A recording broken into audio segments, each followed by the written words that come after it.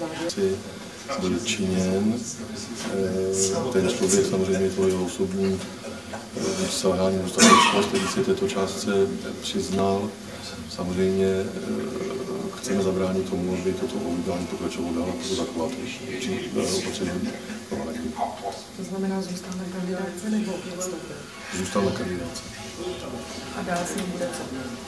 Budeme s ním komunikovat o tom, abychom zjistili podle dalších doložitelných dokladů o tom, jestli skutečně on ta svá tvrzení, která uvádí, jsou pravdivé. On peníze přímo přijal, nebo to byl jenom slib?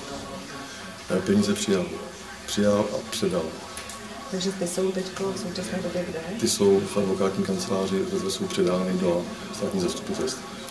Vy jste to trestní oznámení nepodali v Ústí, přestože jste za kraj, nebo jste předsedou krajské organizace, krajské pobočky. Krajského výboru. Přestože jste předsedou krajského výboru, ale podali jste ho v Praze. Proč?